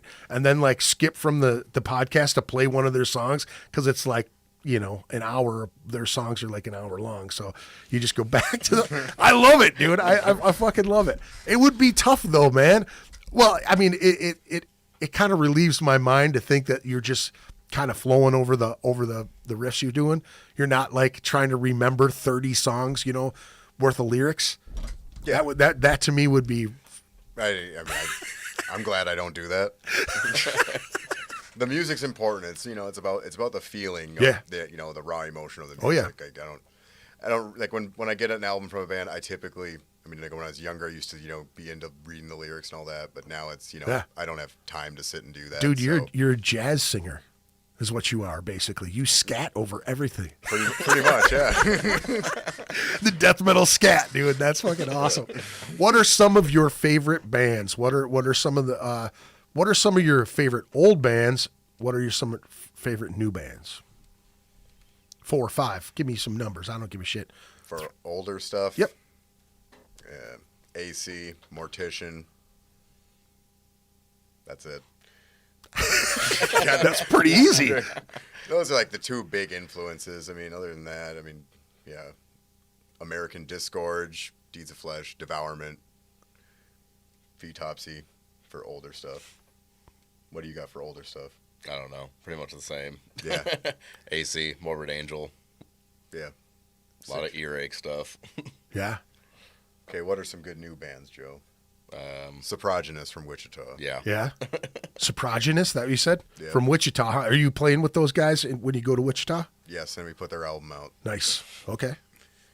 What now are they a grind band as well? It's kind of like death metal gore grind type thing. Okay. Okay. Longer songs or shorter songs? Longer than ours, but Okay. not incredibly long. Okay. So maybe three minutes? Yeah, maybe 2-3 minutes. To the point, dude. That's Yeah. that's all that matters, man. Heavy. What is this the guy says? He says bourbon. Oh yeah, fucking Aaron. We were just talking about you, Aaron. What about Clint Eastwood? Tell us about Clint Eastwood. Big Montana. Now is that a girlfriend or like somebody that you know other than the sandwich? What is the Big Montana? Big Montana plays in Hummus. Yeah. He's one of those guys from Montana. Yeah. That play in the band Hummus. That's playing at Rostamo September 25th. There you go. Big Montana plays in Hummus on the 25th. That's next weekend, That is right? Saturday? Saturday. Nice. I'm still going to try to sneak out over there, to get over there and see that show. Now, how many bands are on that show? It's 4 bands. 4 bands. Yeah. Who's right before you guys? I don't know what the order we're doing. It's us and Traffic Death will be the last 2 bands. Okay. It kind of depends on if they want us to play last or not. Okay. Yes. Yes. What is yes? El Bastardo says yes. Bourbon. Yes. Explain to me what yes means. Besides a band, prog band.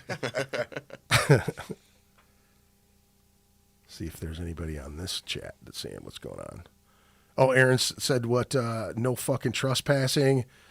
Hey, what's up, Tracy? How's it going? Or is it graffiti? What is Aaron? What do you mean by graffiti? The mentioning of the glorious hummus. I feel like there's a deep joke there that I'm not getting. There's something going on with Hummus, right? Yeah. You might want to figure it out. Oh, all right. I'll figure it out. From Montana. From Montana. The band from Montana. All right. Good deal. Good deal. And they're playing on the 25th. Absolutely. All right. Good deal. Saturday, the 25th. 4 bands on the bill at Rostamos right over in Crystal. That's a fun little venue. Yeah. Love it. What now? It's like a VFW. That's how I felt like when I walked in there. I was like, Yeah, kind of. I felt like I was going to go buy some pull tabs. You know what I mean? Like, Yeah, they used to have those. Yeah, they took them out. did they? Yeah, we're couple not, years we're not ago. very happy about it. Is that something you guys like to do? Is I fucking, love pull tabs. do you? I grew up with fucking pull tabs. My grandma sold pull tabs like not before they had the one, like the cardboard crack ones. They had these little like Oh, the paper ones? little ticket ones that Yeah, were they folded. still got those at some spots. Dude, they were like 50 cents or like $1 when I was a kid, you know what I mean? So like all these old dudes, and they just had a fishbowl. So they'd take the fucking box, they'd put them in a fishbowl, and then they just reach them out and hand them out to people, you know what I mean? That type Yeah. of shit. And that's how it started. But I was in the fucking VFW since I was like 5, I think, you know what I mean? Yeah. My mom worked there, my aunt worked there, you know what I mean? My grandma worked there, my grandpa like cooked tacos in the back and shit, you know what I mean? So it was like, I was always there. Fucking cardboard crack. So I'm kind of like, whenever I see the boxes real low, I'm like, all right, count those fucking winners, Yep. see how many are left, go throw a 20 in there and fucking pray for the best, you know? Yep. Dude, I scored $500. It feels good. Yeah. Frozen pizza for everybody. Now, what now, do you guys find places to stay? Do you guys when you do the DIY shows, do people let you crash on their couches, on their Yeah, floor, most- in their closets? Most cities we play in, we know someone. Okay. They'll be like, oh, you can just crash at our place. Or some cities, sometimes we just want to get a hotel room. Like, we're at a point where we're able to do that every once in a while when we're Sure. on tour. So, sometimes it's nice to just have your own little space. Fuck yeah, Take man. a shower. Take a Yeah, shower take and a all shower. that. I bet you Yeah. that's got to be a thing when you're playing shows and jump right in the van and take off. Yep. Now, do you guys have gigantic bags when you travel, or is it like The two of us never do. really? It's usually like a backpack No shit. Yeah. for each of us. Now, do you guys have to fucking stop at places to wash your shit, or do you just fucking recycle? Bring a lot of socks and underwear, and one T-shirt a day, and usually just like one or two pairs of pants, Yeah, and cram it all into a backpack. Yeah. Like, we rarely ever bring any more than that. yeah. Then we might stop, like if it's a longer tour, halfway through and wash everything, but most of the time, no. Is there Walmart stops for new underwears and fucking Oh, socks, or what? that definitely happens. Yes. How long? What's the longest you've gone without fucking changing your drawers or your socks? That's On tour? Yeah. Oh, I don't know.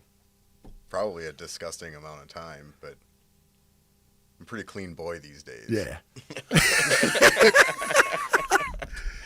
We definitely did one tour there where neither one of us took a shower for over 2 weeks. Damn. That was pretty foul. Yeah. In the But we same were vehicle together. Yeah, just the two of us. Man, you're right today, dude. Fuck, do something. Roll down the window. No, wait, keep it up. It's gonna blow at me the whole time. Yeah. Yeah, that's hilarious, man. I'd be like fucking nudging him with a speed stick and shit. Come on, man. Put it on there. Yeah. We're a lot more hygienic nowadays. Yeah. So that's good. So what, the early days was not so much, or what? now we didn't care. Yeah, That was part of the fun back then. Now Right. it's kind of not. yeah, yeah. I was hanging out with Mike Inez. He was playing with Heart, playing bass for Heart at the time. He did Jar of Flies with Alice in Chains. He toured around with Black Label Society for a little while. Okay. And a buddy of mine was real good friends with him. They lived together above the rainbow in California. And he was talking, we went to go see him in Cadott, Wisconsin, and I got to meet him and talk to him and shit.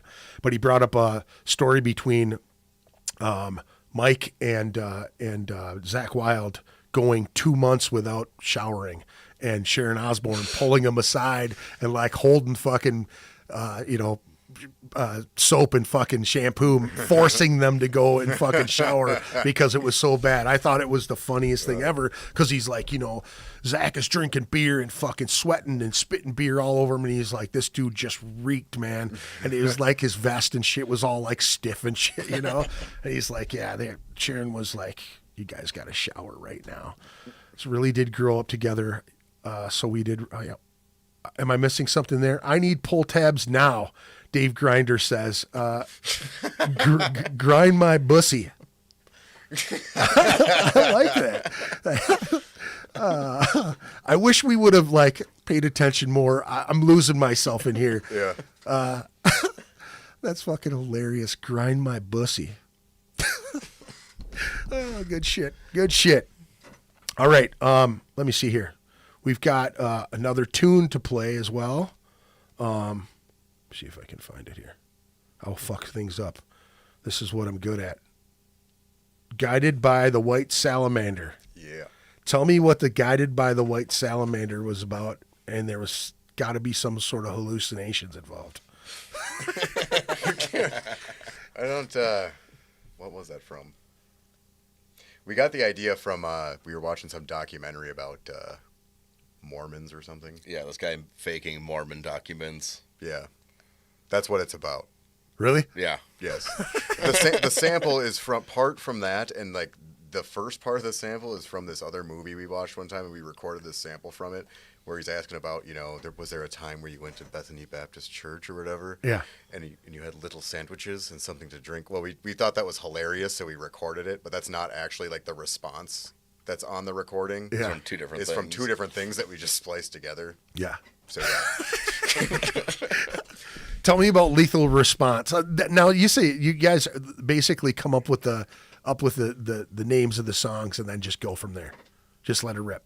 Yeah, we usually write the songs and then we have a list of names that we're like, oh, this kind of sounds like that would work. Okay, that makes sense. Yeah. So on this particular album, Lethal Response, was there anything? How did Lethal Response come to mind on? Joe had it in his phone. I don't know. Yeah. It was something I thought of one day, so I just put it in the list. He was probably driving a vehicle home from work or something, and Yeah. then Being mad. he's an angry driver. Are you? It's awesome. So you guys switch like so if you're crashed out and he's driving. Okay. Because you don't want to hear it. I can't. It's hard, man. I drive. You get shell shock from it. Does he just start fucking? I mean, come on, you motherfucker, move out of the way. It's fine until like, but it doesn't take much to like be like, oh, okay, you're really mad. And it's like not much has happened. You know?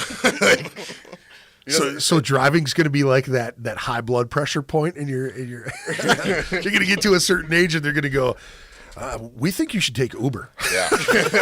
Cut my license in half. Oh, that's hilarious, man. Oh, they must be on a little bit of a lag because they're probably getting. Oh, that's our eldest sister, I believe. Oh, it is? I think. It says we grew up together. Oh, maybe. We grew up together. Where are we at here? I'm not sure. Oh, that's Crystal. I know Crystal. Yeah, that is definitely not your sister. Oh. Well, I thought it was talking to us, not you. So hit the mind. warp pipe. What is that one about? What is that? That's a song of ours. Is it? Good shit.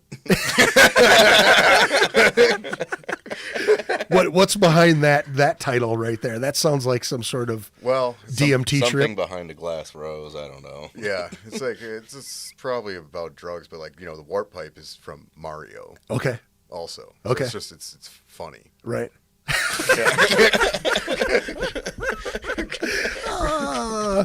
Dig him up and slap the shit out of him. What is that? How did you come up with that? I don't remember. I don't remember who it's about, but it's about someone. And someone said it.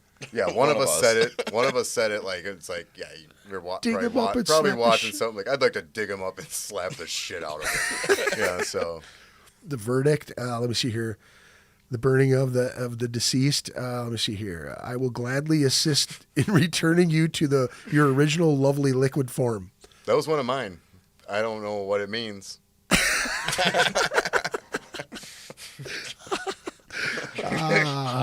What did he say? I'm watching the podcast on YouTube on a new 55-inch Samsung Ultra HD.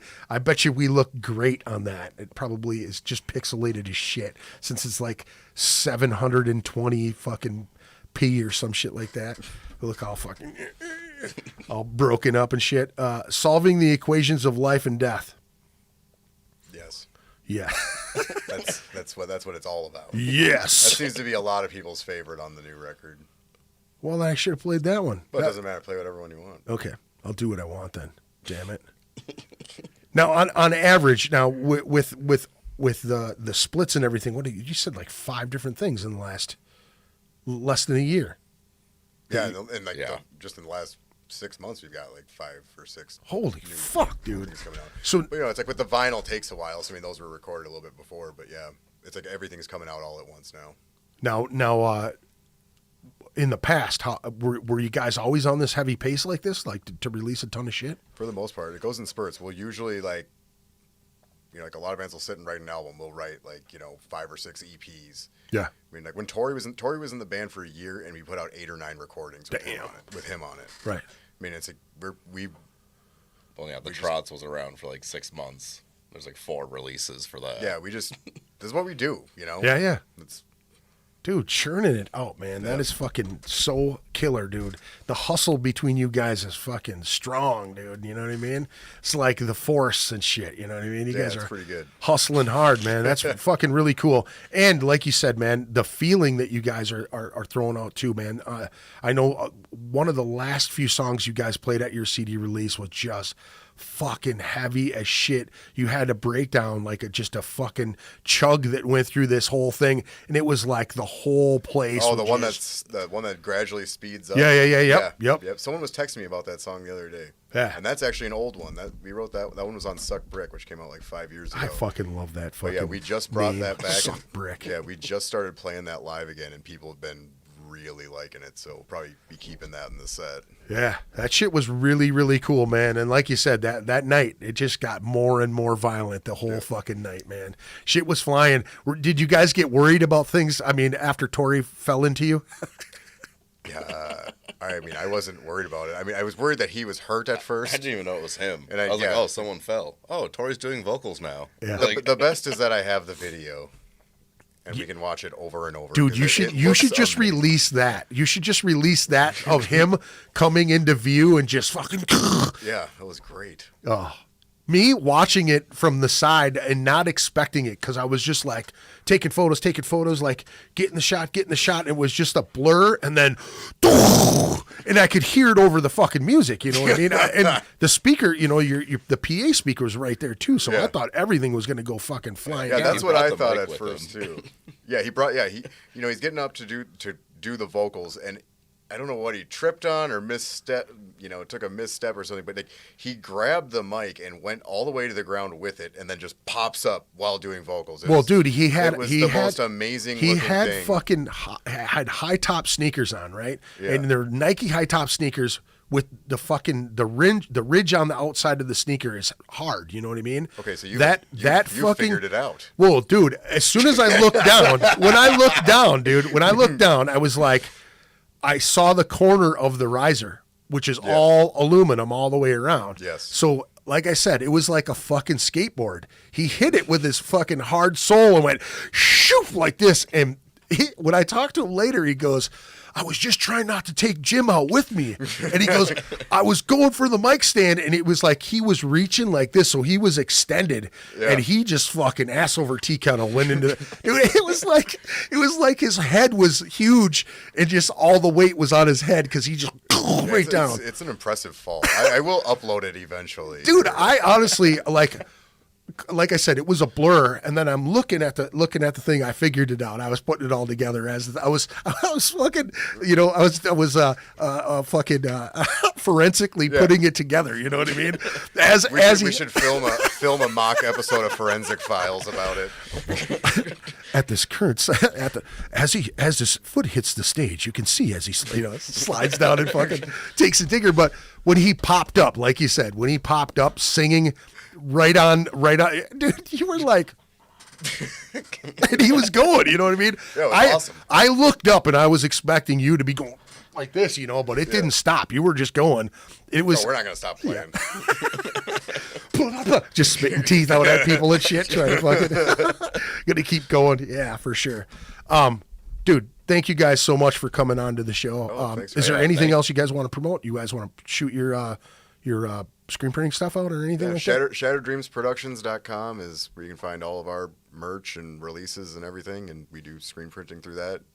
And then the Send us an Bandcamp stuff email. too, right? As far as we have Bandcamp for digital. We don't sell any physical stuff on it anymore. okay. But yeah, our official website, ShatteredDreamsProductions.com. And yeah, that's Fuck about yeah. it. Hit him up on Facebook. That's how I got a hold of him. And then he gave me his phone number and he's like, dude, don't bother me on Facebook. It takes me like 4 hours to get back to you. Yeah. Sounds about right. Thank you guys for tuning in. We appreciate you doing that. Thanks for joining us in the chat. It was a blast, and I appreciate you guys coming in and taking the time to do the show and listening to the fucking Mortar Skull one. That's really cool. Dave will be happy about that one. Oh, yeah. I'm glad that you guys didn't go, this is fucking lame. I'm not going to go do that shit. I appreciate it. That sounded fun. Thanks, man. I appreciate it. Like I said, we're going to do, let's see if I can find this fucking thing. Okay, yeah, here we go. Guided by the White Salamander. Hopefully you guys will go check out their stuff. Don't forget, next weekend they're playing over at Rostamos in Crystal. How much is it to get in? It's free. It's a free show. How do you guys make money? People buy drinks. Tip your bartenders. Yep, make sure you come there, tip your bartenders, buy some drinks. Thank you all for tuning in. Enjoy the tune. Peace out.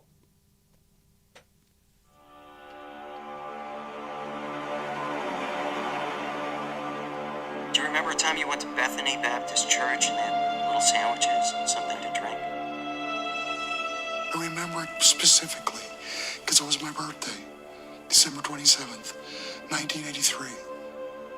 Mark said, come here, I'm going to show you something that no one has seen. He takes out of his briefcase the salamander letter.